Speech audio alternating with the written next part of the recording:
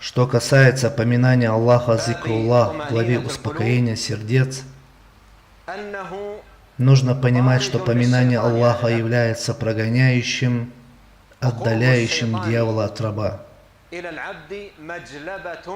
Близость сатаны к рабу является то, что приносит человеку страдания, страх и печаль. Сказал Аллах Велик, Он и Возвышенный, это всего лишь дьявол пугает вас своими помощниками. Не бойтесь их, а бойтесь меня. Если вы являетесь верующими, также сказал, тайная беседа от дьявола, стремящегося опечалить тех, которые уверовали.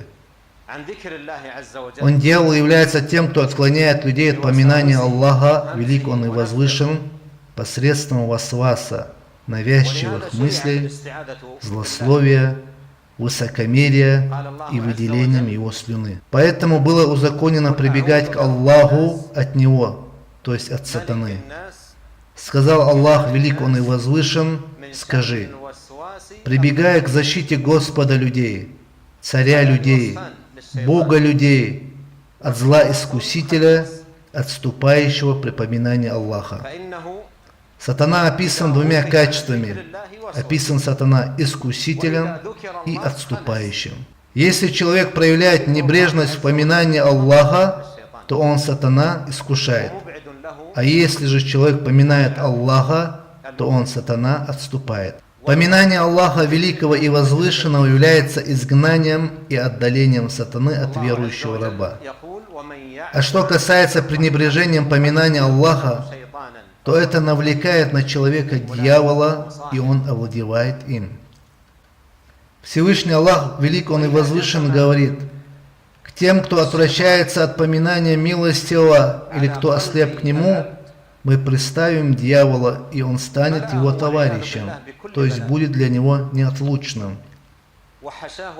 Если же сатана притаится в сердце раба, то он заполнит его сердце на'уду билляхи всеми бедами и наполнит его всеми скверными вещами.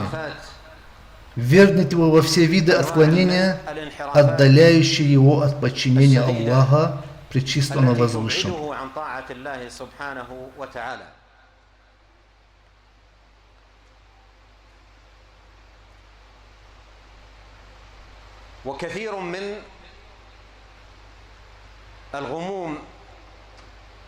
Большая часть печали, постигающей сердца людей, является пренебрежением их от поминания Аллаха, Велик Он и Возвышенный, что приводит к тому, что сатана овладевает человеком,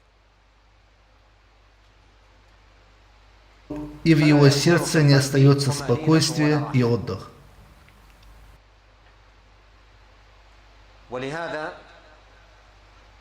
Спокойствие, присутствующее у набожных людей, является результатом поминания Аллаха, славен Он и возвышен.